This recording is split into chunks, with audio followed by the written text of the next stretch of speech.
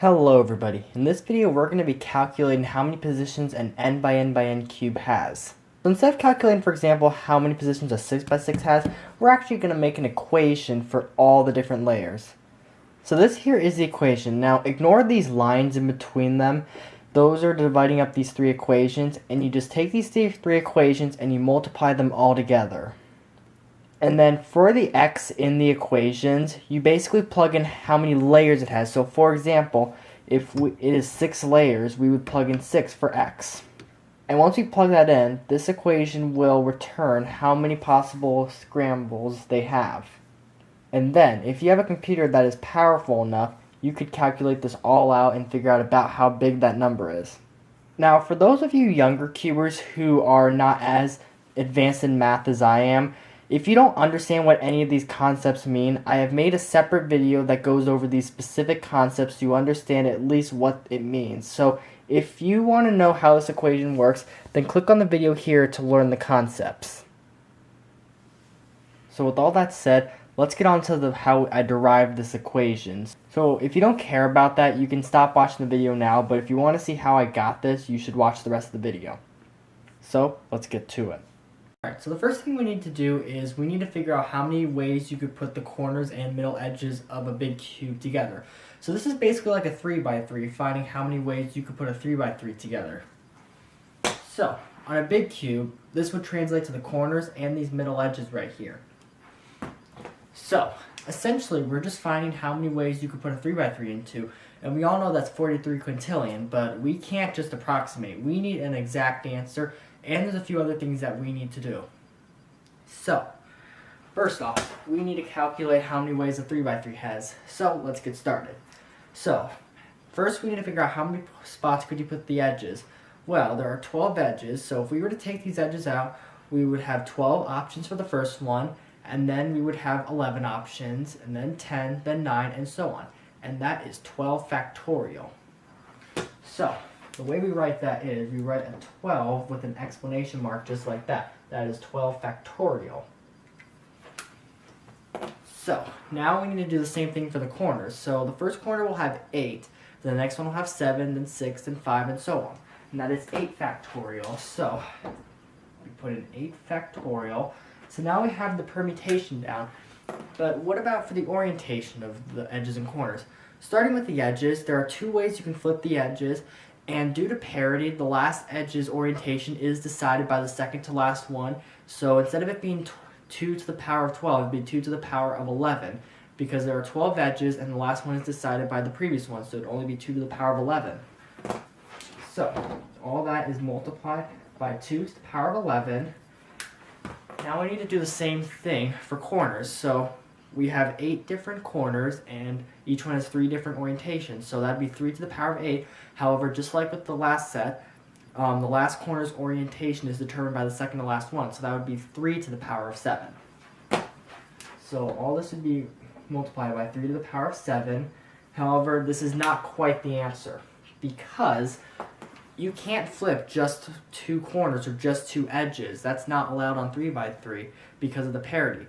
So there are 2 universes of possible combinations when it comes to permutation. So that means we need to divide all that by 2 because only half of these are reachable. So we would divide all this by 2. And now we need to simplify this big equation. Well, we need to use our law of exponents, which we will be using quite a bit here. So we have 2 common bases right here. And if we take a common base, and we have one on the numerator and the denominator, this is what happens right here. So if it comes out like this, we have to take the top power and subtract it by the bottom power, and it basically equals this. So in this case right here, it'd be 2 to the power of 11 divided by 2 to the power of 1, and that'd be 2 to the power of 10. So this big mess equals 2 factorial times 8 factorial times 2 to the power of 10 times 3 to the power of 7. So that there is how many positions a 3 by 3 can be twisted into. But what do we do if it's an even layered cube? This even layered cube does not have the middle edges like a 7 by 7 has. So that means we don't count the edges. So what in the world do we do here? Well, we need to do the same thing, except this time we're only focusing on corners. So this time, instead of finding how many positions a 3 by 3 has, we're finding how many positions a 2 by 2 has. So we need to figure that out. Alright, so because there's no centers or anything these are attached to, it can be kind of weird the way we calculate it, but here's a way we can break it down. So let's imagine that this corner is stuck in this position. It can't move, and all the pieces move around this. So no matter what scramble you have, this corner will be in this orientation. So that means we need to figure out all the ways the remaining pieces can be around it. So because there are 8 pieces on a 2 by 2 and one of them is bandaged, it now becomes 7 pieces. So we have 7 different possible spots that all these pieces can be. So the first corner will have 7 options, the next one will have 6, then 5, then 4, and so on. So that's 7 factorial. So we'll write this underneath. So we got 7 factorial, and because of the way 2 by 2 is, we don't have to worry about that parity with pieces being switched. Because I could switch 2 corners on this just by doing a T-perm, but we can't do that on a 3 by 3. So now we need to figure out how many ways we can flip these corners. So just like with the 3 by 3, there are 3 different ways you could flip them, and there's 8 different corners. However, because of the parity, the second to last corner determines the orientation of the final corner. So instead of it being 3 to the power of 8, it's now 3 to the power of 7. So all this here is multiplied by 3 to the power of 7. So right there, that's how many possible cases a 2 by 2 has. So right here we have our equation for how many combinations a 2 by 2 has and how many a 3 by 3 has. So how in the world do we make an equation where it multiplies this into it when it's even and this into it when it is odd? Well, what we need to do is we need to take advantage of our laws of exponents. So if we recall, any number to the power of 0 equals 1, just like this. And any number to the power of 1 will equal itself, just like this. Now, how in the world do we implement this into this? Well, here's what we can do. We can divide this by this, and then we can take the quotient, and whenever the amount of layers is even, we raise it to the power of 0, which will just make it 1, and that just cancels. And then when it's odd, we raise it to the power of 1, and that multiplies it into it. And because of the quotient property, the quotient times the divisor will equal the dividend. So we need to divide this by this. So what we'll do is we'll set up it like this. So we have 12 factorial times 8 factorial times 2 to the power of 10 times 3 to the 7th. All this over 7 factorial times 3 to the power of 7. So now we need to simplify this. Well, 3 to the power of 7 is easily cancel. And what else cancels? Well, we can cancel the 8 factorial and the 7 factorial. So if we do that, the 8 factorial will just turn to 8, because 8 factorial equals 7 factorial times 8. So what we'll do is we'll cancel the 7 factorial and cancel the factorial sign on the 8. And now, let's break down the simplified equation. So that's 12 factorial times 8 times 2 to the power of 10. So that's our current equation. However, it can be simplified even further. So 8 equals 2 to the power of 3, and we can simplify with this 2 to the power of 10. Recall another law of exponents. We can simplify these two. So if we have a base to the power of something times the same base to the power of another number, it basically equals the base to the power of the two powers added, just like this. So what that means is this is 2 to the power of 3 times 2 to the power of 10, and that equals 2 to the power of 13. So this goes to 12 factorial times 2 to the power of 13. So that there is our simplified equation. So if we multiply this by this, we will get this. So we have our equation right here, and now what we need to do is we need to figure out what this equation for the power is going to be. Well, let's start by graphing it on a scatter plot.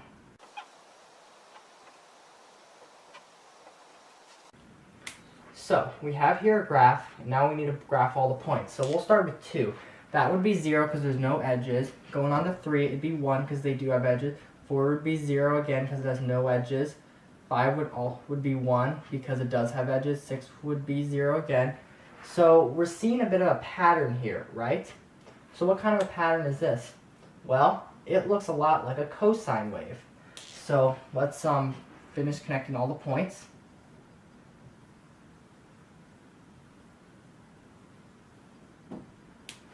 So that there is the cosine wave. So what that means is we need to figure out an equation for this. So our first step is we need to figure out the amplitude of this. So the amplitude equals the maximum, the local maximum right here, minus the local minimum, the absolute value of those, over 2. And that would come out to 1/2. So that is our amplitude. So now we need to work on the period. So the period obviously is 2 right here. But we need to figure out what to put inside the cosine part. So our equation for that is the period equals 2 pi over b. And by the way, we will be in radians, not degrees. So this here is our equation for that. So if we plug in our period as 2, we get this, and now we need to solve for b. So if we multiply both sides by b, both these cancel, and that would be 2b equals 2 pi. So now that we have that, we can now divide both sides by 2. And that gives us b equals pi. Now we need to figure out where this was shifted in the first place. Well, it was reflected over the x-axis because the first point of a cosine wave at 0 is 1, but because of the amplitude and the compression, it would be 1/2. But this here, it's down here. So that means it was reflected over the x-axis, which means it's going to be negative. But it was also shifted up. But how far up was it shifted? Well, the original spot was right here at negative 1/2. So it was shifted up 1/2. So with all this information here, we can now generate our equation. So our equation is y equals negative 1/2 because it was reflected over the x-axis and had a vertical compression of 1/2. So that'd be cosine pi x because b equals pi plus 1/2 because it was shifted up 1. Now, I would like to factor out this 1/2 because we don't want a ton of fractions in our equation. So, we are going to factor out a negative 1/2, so that'd be y equals negative 1/2 cosine pi x minus 1. That there is our equation, and given that, we can now plug that in as our exponent. So this would be to the power of negative 1/2 cosine pi x minus 1. That there is our equation for how many positions the middle edges and corners of the big cubes has. Our next step that we're going to be taking is we're going to be figuring out how many positions these outer edges have. So that's what we need to figure out for this right now. So first off, how many of these outer edges does each cube have? Well, it has 24 sets of them. So if you were to take this cube apart and find every single piece like this, there would be 24 of them. So that's the first thing we need to start with. So for the first one, we'd have 24 options, then 23, then 22, 21, and so on. So that is 24 factorial. So now that we have that, now we need to figure out how many sets of them. How many different types of edges do we have? So that's what we have to figure out now, and we're going to raise it to the power of that because let's say we have 2 sets. It would be 24 factorial times 24 factorial. And that would just be 24 factorial to the power of 2. So we need to generate an equation for it. So let's once again graph the points that we have.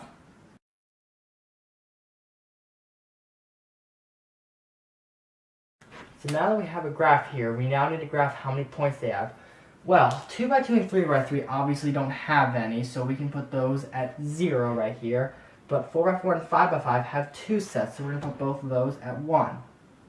6 by 6 and 7 by 7 have 2, so we're going to put both those up here. 8 by 8 and 9 by 9 have 3. So, what kind of graph is this?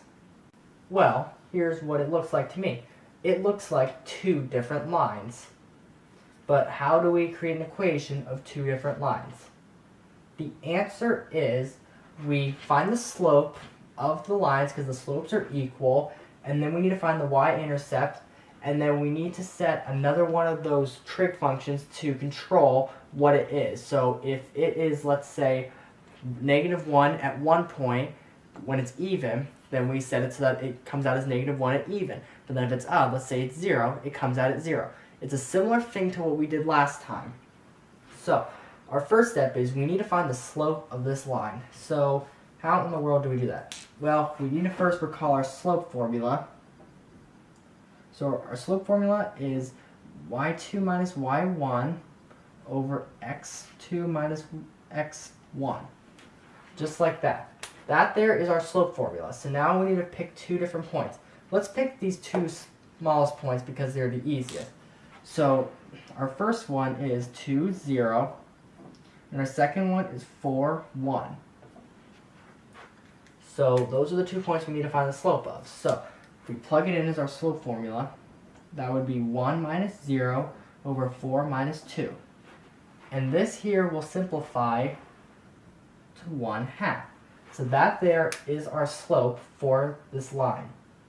So now what we need to do is we need to now find the intercepts of each one. So right off the bat, you could probably just eyeball it and see about where they land, but we're going to do it the mathematical way, and it'll also ensure that we do it correctly.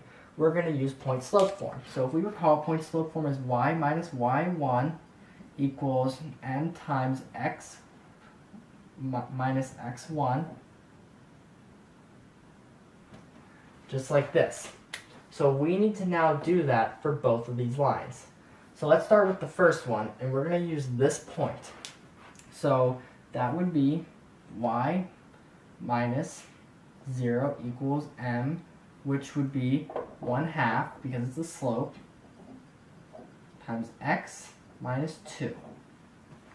So that there's our equation. So the 0 just cancels, but let's expand this out.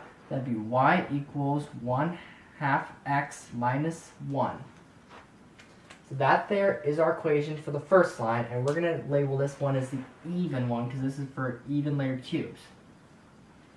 Now we need to repeat the same process for the odd layered cubes, which would be this point. So that would be y minus 0 once again equals the slope, which is 1/2 times x minus 3 this time because it's all the way over at 3. Now let's expand this out. Y equals, and this will just cancel, 1/2 x minus 3 over 2. So this here is now our equation for odd layered cubes. So we're going to label this as odd. So these two here are our two equations for it. So we've got a graph here. Now we need to plot the points. So if it's even, it'd be -1. So we'll put that at 2, 4, and 6. And then if it's odd, it's -3/2. So we'll put that at 1, 3, and 5. So what kind of function is that? It looks like another cosine wave. So let's connect it. So because of that, if it's at 0, it'll be -1. So let's connect all this. So now we need to generate an equation for this. So let's first find the amplitude. If we recall, the amplitude is the absolute value of the local max minus the absolute value of the local min, all that over 2, and the amplitude comes out to 1/4. Now our period once again is 2, and we already figured out what b equals, so we're not going to do that again. So if we remember, b equals pi. So now we need to figure out where it got shifted down. So if we look after it was vertically compressed, it was at 1/4, and moving down to -1, that is -5/4. So that is how far down it got shifted. So now with all that, let's write our equation. Our equation is y equals 1/4 cosine pi x minus 5/4. So that there's our equation, but let's once again factor the fractions out. So we'll factor out a 1/4, so that would now be y equals 1/4 cosine pi x minus 5. Just like that. So now that we have that equation, now we need to basically replace the y-intercepts right here with this. So, replacing this with it, we now have y equals 1/2 x, but this time it's going to be plus 1/4 cosine pi x minus 5. This here's our equation. So, how do we simplify this? Well, let's factor out a 1/4 out of this. If we factor 1/4 out of this, it becomes 2x. So that would be 1/4 times 2x plus 1/4 cosine pi x minus 5. And now that we have this, now we can put this into here because these two outer terms are the same.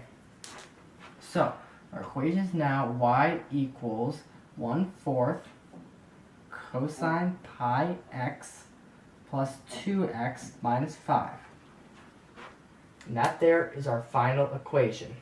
So now that we have what the power is going to be, we can now raise this to the power of 1/4 cosine pi x plus 2x minus 5.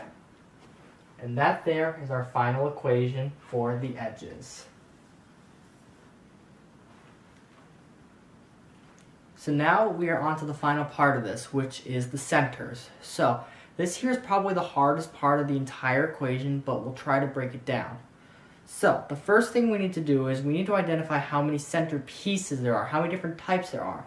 This here is where the hard part is going to come in because the equations don't quite match up like this, but there is a way to calculate it. So once we know that, we now need to know how many of these pieces there are on the cube. Well, for an even layered cube, for each type of centerpiece, there are 24 different spots for it. So, if we take that, we have 24 factorial again, because of 20 spots. However, there's something we need to do different now. Because the centers are interchangeable, for example, I could change this piece with this piece. Because of that, it's technically the same scramble, and that would be allowing duplicates in. However, if this was for a supercube, that would be different, but we're not going for supercubes today. So, how do we divide all that out? Well, we have 4 different pieces in 6 different colors. So, if we were to divide it out for one color, we'd be dividing out 4 different pieces. And how many ways could we arrange those 4 pieces in the positions they're in? Well, the first one we'd have 4 options, the next one 3, then 2, then 1. So that is 4 factorial. So we have to divide this by 4 factorial. However, we can't stop there because we have to do that for all 6 colors. So we have to raise this to the power of 6 because we're multiplying this 6 times. So this here is how many ways the centers can be. So now we need to figure out how many types of centerpieces this cube has. Well, how in the world are we going to make an equation for that? Well, let's divide it into even and odd just like we did last time to make it easier, and we'll calculate that way.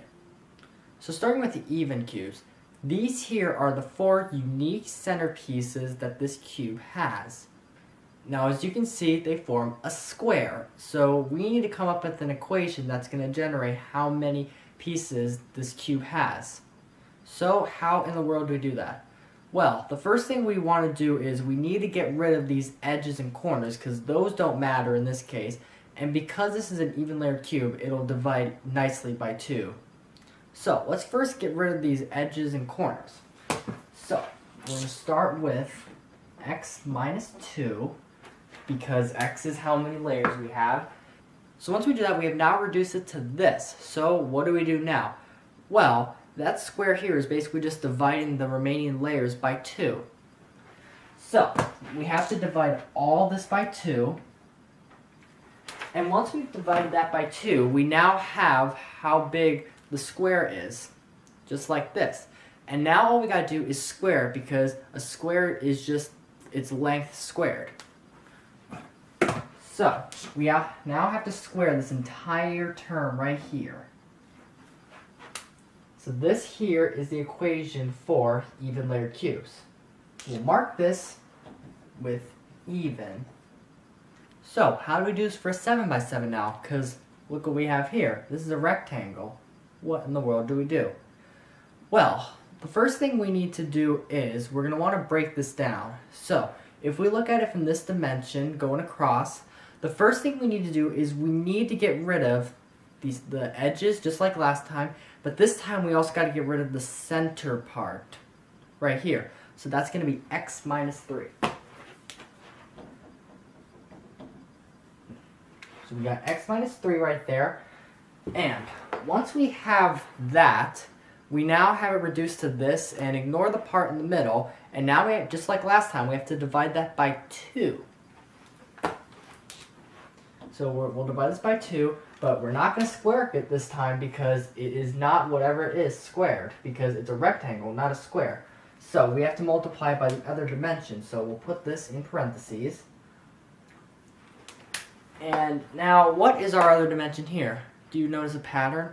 Well, here's what it is. If we take the dimension we just calculated, which was 2, and if we just add one more layer to it, we got it. So, because 2 plus 1 equals 3. Right here. See the pattern? So, all we have to do is multiply this by itself plus 1. So that'd be x minus 3 over 2 plus 1. And that there is the equation for odd. So we'll go ahead and label that as odd. And there we go. So now we need to expand all this out. So starting with this one, we need to square this. So if we recall what that is, we have our formula right here. So the two of them right here would equal a squared plus 2ab plus b squared. So we'll do that here. So that would be x squared minus 4x plus 4. Just like that, and we also got to square the bottom, and that just will come out to 4. Just like that. And we'll leave it like that for right now. Now we need to work on this one here. So how in the world are we going to expand this out? Well, let's make this a common denominator. So instead of this being 1 plus 1, let's make this 2 over 2, because that's still equal to 1. So that would essentially just be adding 2 to this. So when we have that in there, we have x minus 3 times x minus 1. And we're going to just square the bottom part, which will come out to 4. And once we have that, we now have to multiply these out. So we have to FOIL it. So we have x squared. And a shortcut that we have right here, so that we don't have to expand it out twice, is we have to add these two terms right here. So adding those would be minus 4x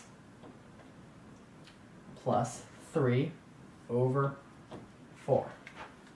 So, do you see something these all have in common? What here has changed? Right here. That's the only thing that's changed from these equations. So, that means that's the only part we need to focus on to get it to even and odd. So, with our equations like this, we now have to find an equation that will give us 4 when it's even and 3 when it's odd right here. So, how in the world do we do that?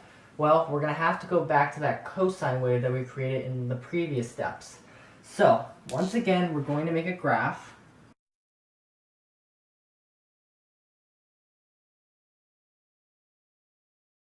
So, we have our graph right here, and it looks like another cosine wave. So, first thing we have to do is we have to find the amplitude. So, we have the maximum, which is 4, minus the minimum, which is 3, absolute value of those, over 2, and that comes out to 1/2. So that there's our amplitude, and we already figured out what the period is, which is 2, and then finding the term in the cosine part, or b, is pi. So we've already figured that out. So we got b equals pi.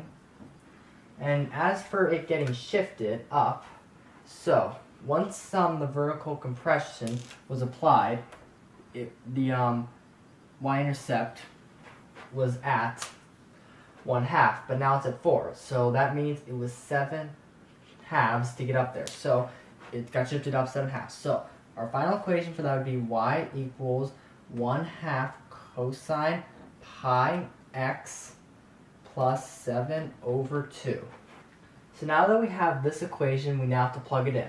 So we got 1/4 times x squared minus 4x plus 1/2 cosine pi x plus 7 over 2. Just like that. Now, in my opinion, that is a huge mess of fractions. So, let's factor a 1/2 out of this.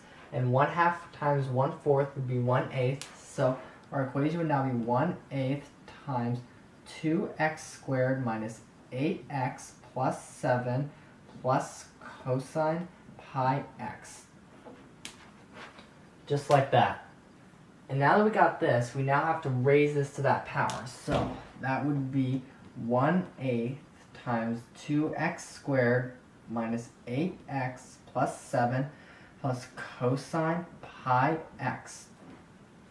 And that there is our final answer.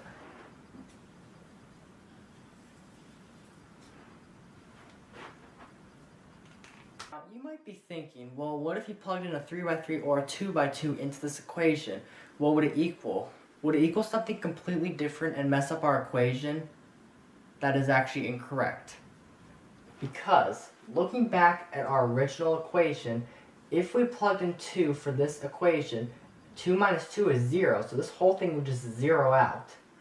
And if we plugged in 3 for odd, this whole thing would zero out too. And because these two zero out, this to the power of 0 would equal 1, so this whole thing would just cancel right out of the equation. So with these three equations, we now have to multiply them all together and we get this. And I know I went on to the second line, it would not have fit all on a one page or one line. So once these are all multiplied together, this is the equation. So if you plug in any value for x, that'll tell you how many positions and that number of layers of a Rubik's Cube has. So if I plug in 100 for x, this will tell me how many positions a 100 by 100 Rubik's Cube has. And then, once you plug it into this equation, if you have a computer powerful enough, you could approximate it or even multiply it all out and see what the exact answer is. So thank you all for watching. I hope this video was interesting for you guys. Let me know what you guys think, and I'll see you guys on the next video.